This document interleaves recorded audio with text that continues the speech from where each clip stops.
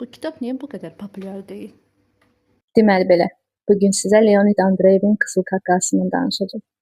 Ümumiyyətlə, Leonid Andreyevlə ilk tanışlığımız Şeytanın Günlüyü kitabı ilə olub və mən kitabı oxuyanda düşündüm ki, müəllif niyə populyarlaşmayıb da. Həqiqətən araşdırmalarımda da baxdım, gördüm ki, ümumiyyətcə Rus ədəbiyyatında da olsun, Avropada da olsun, arxada qalan bir müəllif kimidir. Halbuki digər müəlliflərdən qat-qat yaxşı əsərlər ortaya çıxarır. İnsan duyğuları, xisləti, acısı, izdirabı, bunları çox qəşəng təsvir edir. Ümumiyyətlə, Leonid Andreyev oxuyanda mən bir şey hiss edirdim ki, hətta tövsiyə elədiyim zaman dostlarımdan, ətrafımdan aldığım reaksiya da bu olub.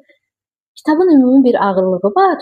Bu cümləni adətən Master və Margarita üçün səsləndirirlər ki, o oxuduğu ərəfədə neqativ şeylər baş verir, hadisələr baş verir filan.